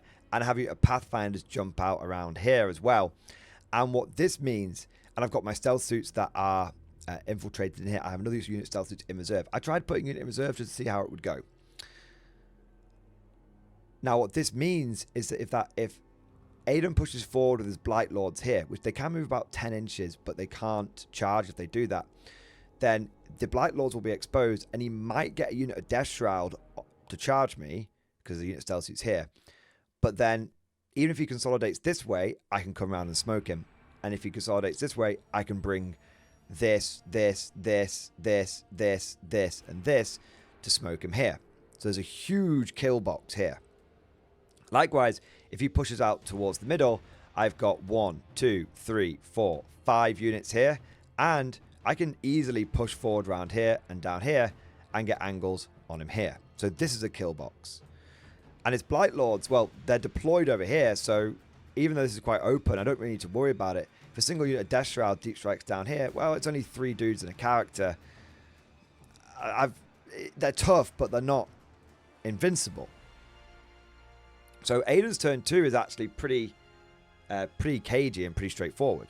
So because in my turn 1, I started going after his little ship munching units. I killed the spawn that were here. I start doing a serious amount of trimming on these Poxwalkers down here. It means that when it comes over to Aiden's turn 2, he just brings his spawn out here, and then he just brings a couple of the Blight Lords around here so he can kill the Fire Warrior screen. But that's about it. He also manages to get a Blight Hauler over this way, but he's playing it very, very, very conservatively. Very conservatively, very carefully, which is exactly what he wants to do. So Death Guard turn 2 goes very quickly as well. He just scores what points he can, and he doesn't expose anything. So it comes over to my turn 2, and I'm like, you know what? I need to try and force Aiden to come out at me. Try and do the trick that I've done the last 4 games, where I push on to multiple objectives, and if Aiden doesn't go for me, then I end up scoring a load of primary. However, it's game 5, and I'm very excited, and I do make a bit of a pig's ear of this. Do definitely make a bit of a mistake about this. So I bring my Devilfish round here, and I'm like, come on Aiden, expose something, even if it's just like it's anything, so expose something round here. Come and kill this Devilfish. And I bring it to Fire Warriors round here, continue to like screen out. I'm like, come on, expose something, bring something around here. And then this is where I make the mistake, because this is fine, right? But where I make a bit of a mistake is I move my Devilfish over here, I move an advance, I jump the Pathfinders out, and I kill the Blight Drone. Now the reason I went for it is because I had Bring It Down, but benefit of hindsight, what I should have done is gone after the I should have sat something on this objective here, and then he would have had to try and come out with multiple units to to do the trick. Would have had to do the whole exposing thing. But I don't know if he would have gone for it. I think he might have just let me have the primary points, to be fair. So yeah, I do my trick, but I kind of mess it up. Definitely blame it on last game tiredness. I do kill the blight drone, which I know gets me some bring it down points, and that helps there. But Aiden doesn't take the bait.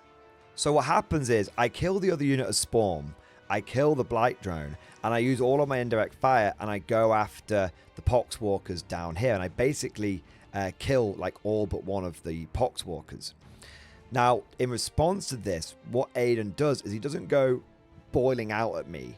Instead, he just accepts the fact that I'm going to be on these objectives here. And because I've pushed past, because of my mistake down here, he brings unit of Death Shroud down and just clears these away.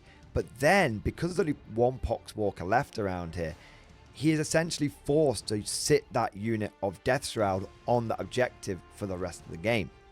Because if he doesn't do that and he starts coming forward Death Shroud, he's got one Poxwalker that's going to basically sit there. So on the one hand, I kind of messed up here. I should have had my positioning here. But on the other hand, I've kind of forced one of the 4 scary units in his army to be relegated to objective holding. So I've kind of taken it out of the game. It's a little bit less pressure I'm going to have to deal with. And furthermore, because I've killed both units of spawn and the unit of Poxwalkers, and Aiden's basically down to just his good units, and yeah, there's still plenty of them, but he's down to his good units. On his turn 3, not only was he forced to basically relegate these Death Shroud to babysitting duty, but he had another unit of Death Shroud, which he had to use for established locus in the middle of the board, because he has to get the points. And so what happens in my turn 3 is I pick up the remaining Poxwalker here, just make sure that's not a factor anymore. And I kill the Death Shroud in the middle here. I kill the Death Shroud. There's a character leading them which like gets back up, I think. He gets back up, but then in Aiden's turn, when he tries to move him, I overwatch him and I get a bit lucky and I'm able to kill him in overwatch. So essentially he does die. That whole squad essentially gets wiped out. But then we get into Death Guard turn 4. Monka has turned off. And Aiden goes for a massive mama Hail Mary.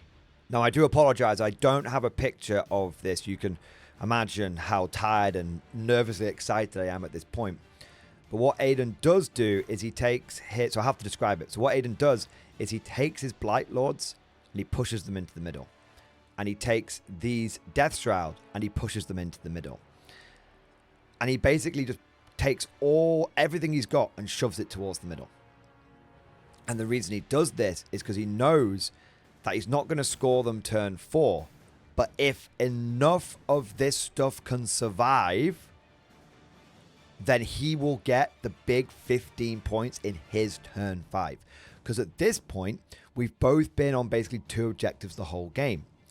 The big decider will be if he only gets 10 points on turn 5 and I get 15 points, that could swing it. Now, to give you an idea of how close this game has been all the way through, neither one of us has had a challenger card. And at any point, we've basically been within a couple of points of each other. Sometimes I've been 1 or 2 points ahead of him. Sometimes he's been 1 or 2 points ahead of me. So that's why Aiden knows, because he's like looked at the score, and Aiden knows that he needs this Hail Mary. Because if he just gets 10 points, even with half decent secondaries, it won't be enough to offset the 15 that I get for primary in turn 5. So he pushes everything in. Now, in response to this, I, of course, see the problem, and I push everything I can that can get an angle into the middle. We've got double Railhead, Iron Head, Riptide, and Broadsides, and Stealth Suits, and just everything. Remember, this picture's taken from turn 3. But without Montcar. Without Montcar, it is a very, very difficult job. I managed to kill the second unit of Death Shroud the one that was here that moved on to the objective. And I managed to kill about half of the Blight Lords. And I kill one of the characters, but he gets back up again. And so, despite losing a whole squad of Death Shroud and losing a huge amount of Blight Lords, Aiden manages to hold that middle objective going into his turn 5, and he scores the big 15. And that is massive. And not only that, but capitalizing on the fact that he now has taken the mid ground and that he draws a storm hostile objective on his turn 5. He actually pushes forward with the remaining Blight Lords and takes my home objective, which is enough for storm hostile objective. And that is essentially the end of the Death Guard game. They take the mid, they push forward, and it's looking very, very sticky for the Tau. Very sticky. But it ain't over till it's over. I have a unit of stealth suits, which had come in turn 3. And I sort of kept them. I'd husbanded that resource. And they jump out here. And they're able to kill the 3-wound Lord of Contagion that was here. Not only that, but they secure the middle objective for me. Because Aiden had pushed past it. There's only about 4 Blight Lords on this objective. So between the 2 broadsides and the ethereal, I'm able to hold my home objective. Because broadsides are 2 OC each, plus my ethereal, and I had the 5 OC. So I hold this objective, and I clearly hold this objective. So I get my big 15. Now, my final 2 objectives of the game, my secondaries, are defend stronghold. So I get that. And no prisoners.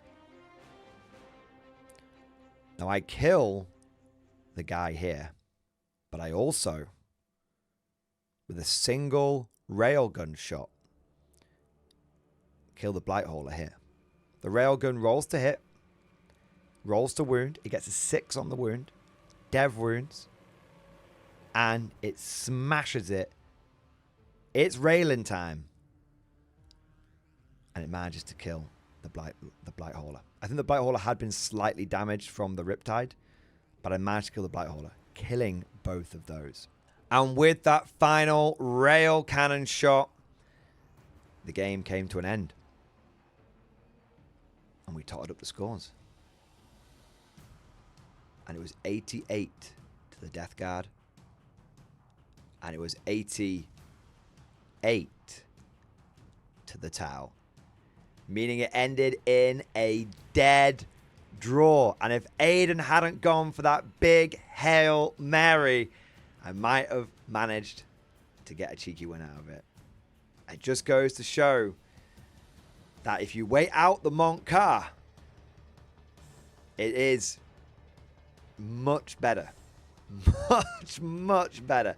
Like, Aiden was the only person in the whole event that waited out the Monk car, and it made a massive difference. It meant that I didn't have my lethal hits available, and without my lethal hits, I wasn't able to clear those Terminators. If he'd pushed out a turn early, I feel confident that I would have got everything in the middle, and he wouldn't have got those 5 points. But there's one thing that's worth mentioning, and you all get to take the mick out of me now. But in my defense, it was round 5. I hadn't slept in 2 days because I was so excited. I'd barely eaten anything in 2 days because I was so nervously excited. And I was just like a puppet with my strings cut. I was so tired. You'll notice that I said I killed 2 things at the end of round 5. For no prisoners. How many points do you get for killing 2 things on no prisoners? If you answered 4, you would be correct. How many points do you think I put in? If you're a cynical bastard and you thought I put 5 in and that I should have lost this game, you are wrong. It went the other way. I only put 2 points in. So, if I had put the correct score in, I actually would have squeaked a win by 2 points. But that's not what happened. That's not what happened. I phoned Aiden up the next day because when I was preparing for this video, I phoned Aiden up the next day, and I was just like, bro, you won't believe it. And he was like, fuck's sake. And I said, dude, I'm not going to change it. The score is what it is. Let's leave it. I made a fuck up, and you've got to own those fuck ups. So we had a very, very good laugh about it over the phone. And we had a very good laugh about it at my expense on the stream. And now you guys watch this video all get to have a bit of a laugh at my expense. But at the end of the day, it being a draw, considering both sides played their hearts out in that last game, it did almost feel like the perfect ending to the tournament. Because the Monk Ka, the Gardified Tau, had gone to a Shark Tank GT, had gone 5 games in a row undefeated, and the only thing that slipped it up was human frailty. And so with that said, we get to the end of the last game and we get to the end of the video. Thanks to my wins and my draw, I did end up placing 3rd at the event.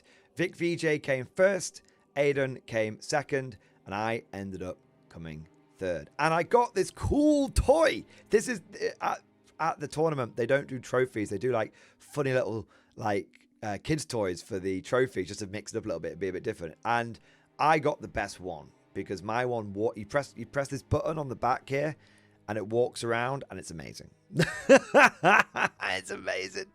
So there we go. We've already talked about a lot of the lessons learned throughout the games.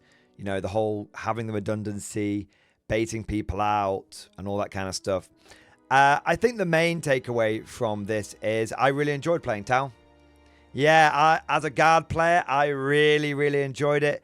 It felt very natural going over and using Tau units. Fire Warriors are great for, you know, guardsmen.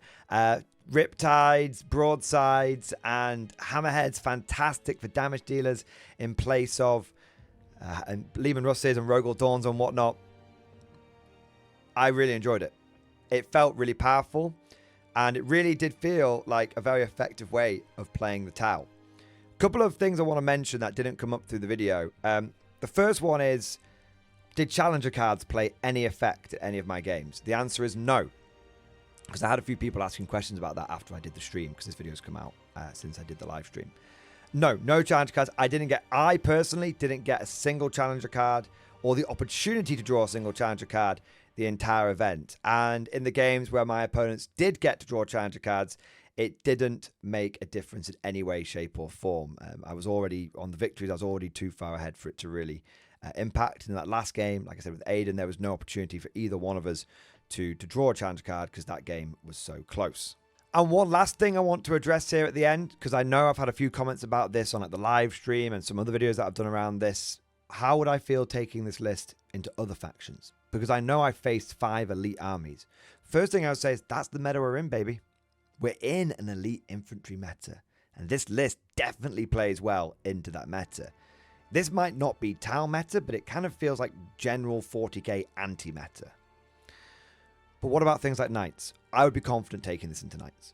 I haven't faced them yet, but as someone that has run a lot of Combined Arms Guard, and I really feel like this is just better than a traditional Combined Arms Guard army because I'm getting lethal hits on everything, not just my vehicles into their vehicles. And also because I get Ignores cover, which is massive. I'm used to grinding Knights down with heavy bolters with basically no AP.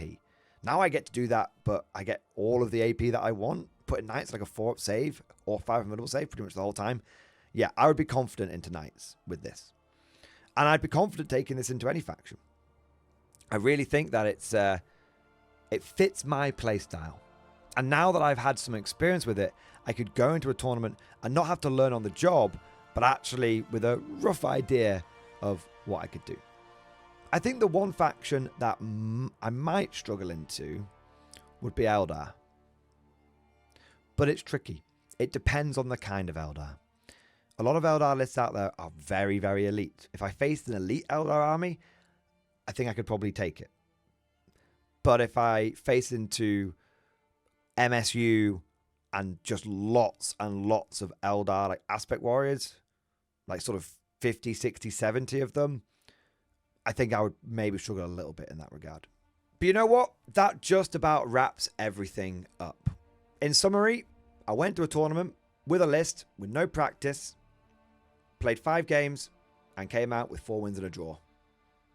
And that I'm pretty happy with. I think Montcar is a really good detachment. I think Gardified Tau definitely has some play. And I really look forward to seeing how the Tau community responds to this, because I genuinely hope that it helps a few people out and it creates a bit of a discussion. And that'd be cool. But of course, all of this is just like my opinion, man. Let me know what you guys think down in the comment section below. What do you think of the list? What do you think of the tournament, the matchups, the pairings, all that kind of stuff? And would you like to see me run something like this again? Maybe Gardified Tau again, maybe on a different terrain layout, different scoring like WTC, or is there another faction that you think could do with a bit of Gardification? If you enjoyed today's video, don't forget to go ahead and smash that like button. And if you want to see more after action reports, then make sure you subscribe to never miss an episode. Would you like to know more? If so, then please consider becoming a channel member or patron. By supporting the channel, not only will you be doing your part, but you'll also be helping me create more content for your viewing pleasure and unlocking a whole host of perks. You get everything from a badge next to your name, custom emojis, but the big one is access to the Mordian Glory Discord server, an online community with almost 2,500 active members. It's always popping off in the MG Discord. We've got channels for army lists, hobbying, tactics, stories, and even a pretty spicy meme section as well. For all you greenhorns that wanted to see the Mordian Glory Hole, today is your lucky day.